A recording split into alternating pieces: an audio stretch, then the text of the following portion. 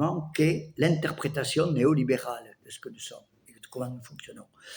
Là est la forme actuelle de notre malaise auquel répond le symptôme contemporain et auquel nous devons répondre.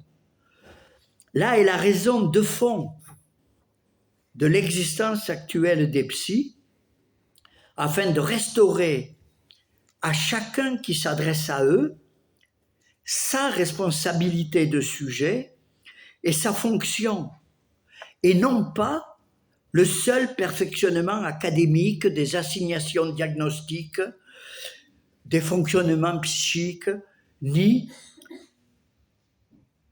non plus le seul perfectionnement, je ne sais pas comment il faudrait dire, des contributions à l'anthropologie dont le fonctionnement capitaliste a besoin et que d'ailleurs il est capable de transformer tout de suite en objet du marché, on l'a vu. C'est-à-dire la maladie, les diagnostics, tout ça, ça devient des objets qui permettent de faire de l'argent, y compris ceux qui ne rentrent dans aucune case.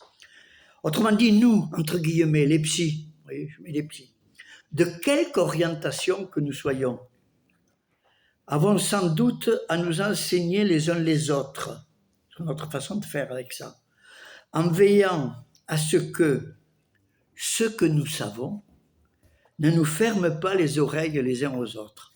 Ça, c'est un constat, c'est ce qu'on sait qui nous empêche d'écouter. Ça vaut pour moi.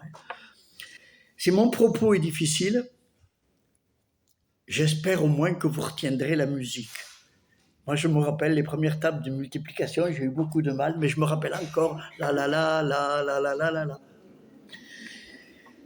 Lacan donne une idée précise de la fonction sociale de la maladie mentale. Je vais peut-être vous surprendre en me reprenant ça. Lapidairement, disait-il, sa fonction sociale, c'est l'ironie. Quand vous aurez la pratique du schizophrène, il y en a qui l'ont ici, vous saurez l'ironie qui l'arme, portant sa racine dans toute relation sociale. L'ironie, c'est pas l'humour. Il y a un peu de ça chez ma patiente, ça vous fait rire vous, mais quand elle fait équivaloir sa schizophrénie au travail du psy. L'ironie, c'est pas l'humour. L'humour, c'est une façon de convoquer l'autre pour rire. Nanana, nanana, pour faire rire.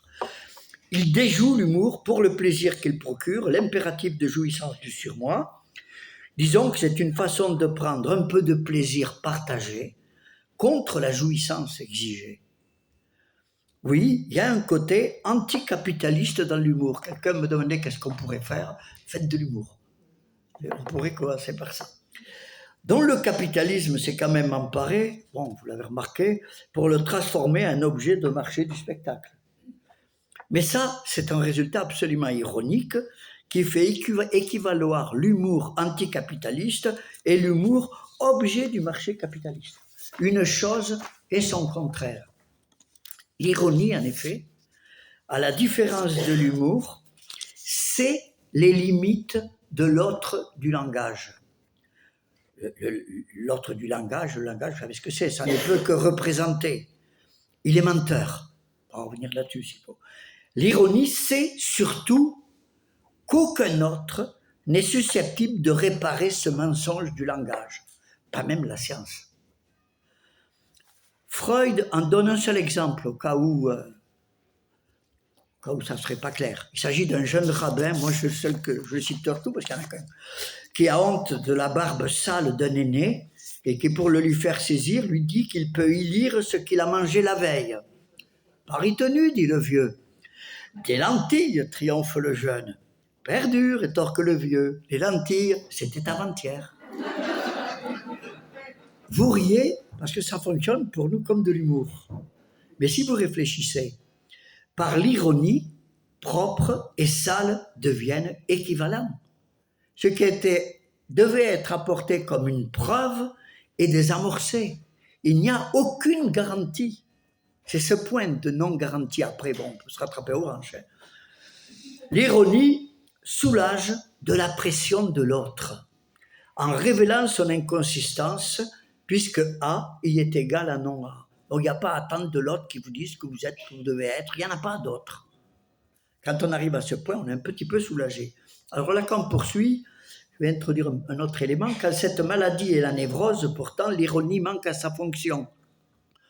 Et c'est la trouvaille de Freud de lui avoir reconnu tout de même, moyennant quoi il les restaure dans son plein droit, ce qui équivaut à la guérison de la névrose. Vous cherchez des tuyaux, voilà. C'est que, en effet, la disqualification de l'autre de la garantie, ça s'appelle la liquidation du transfert. On n'attend plus de l'autre qui réponde. S'en va. On lui a dit plein de trucs, il peut le garder, on n'y est pas dedans. Hein. On n'est pas mutilé quand on s'en va. Seulement, il ajoute, Lacan, maintenant la psychanalyse, après la succession de la névrose, elle a la même fonction sociale, mais elle aussi, elle la manque. Je tente d'y rétablir dans ses droits l'ironie, moyennant quoi peut-être aussi guérirons-nous de la psychanalyse d'aujourd'hui. Alors ça m'a intrigué. C'est-à-dire qu'il y a une façon de faire les psys qui reviendrait à prendre la place des névrosés, en quelque sorte. C'est une vraie question. Nous ne sommes plus au temps de Lacan. À son époque, il pouvait avancer que la chose terrible, c'est que la psychanalyse elle-même, c'est une plaie, un symptôme social, la dernière forme de démence sociale qui a été conçue. Ça n'a pas été conçu pour rien. Alors écoutez bien, il arriva qu'à un certain moment de l'histoire, la médecine remarqua qu'elle ne pouvait tout traiter et qu'elle avait affaire avec quelque chose de neuf. C'est-à-dire, elle est partie vers la science. L'analyse est réellement la queue de la médecine, la place où elle peut trouver refuge, dans la queue de la médecine, en effet. Car, dans d'autres ères, la médecine est devenue scientifique, chose qui intéresse le moins les gens. Je ne dis pas qu'il ne faut pas qu'elle fasse science, etc. Mais la science ne fait aucune place à l'ironie, à la singularité, au sujet, etc. La parole. À notre époque, il est possible que la psychanalyse et les psychologies qu'elle accompagne soient devenues la maladie de nettement moins de monde. Encore que les attaques qu'elle subit, en politique, à l'université, dans les politiques de santé, voilà, dans les institutions, vous en avez fait un inventaire plus précis que le mien, démontre ou témoigne que sa promotion du symptôme et de la singularité est bien perçue comme un grain de sable qui grippe le rouage du pour tous scientiste de la globalisation. Que les lois de la science, c'est pour tous. Le singulier, c'est qu'est-ce qui de moi n'obéit pas aux lois de la science. Bon, si je puis dire.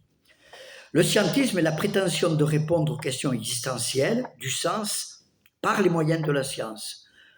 Mais si rien ne vient à la place des psys, alors la fonction sociale de la psychose et de la névrose sera perdue, en tout cas pour ceux qui en souffrent et qui cherchent un appui, et l'écosystème psychique adopté par l'humain pour survivre au monde que nous fabriquons le sera aussi.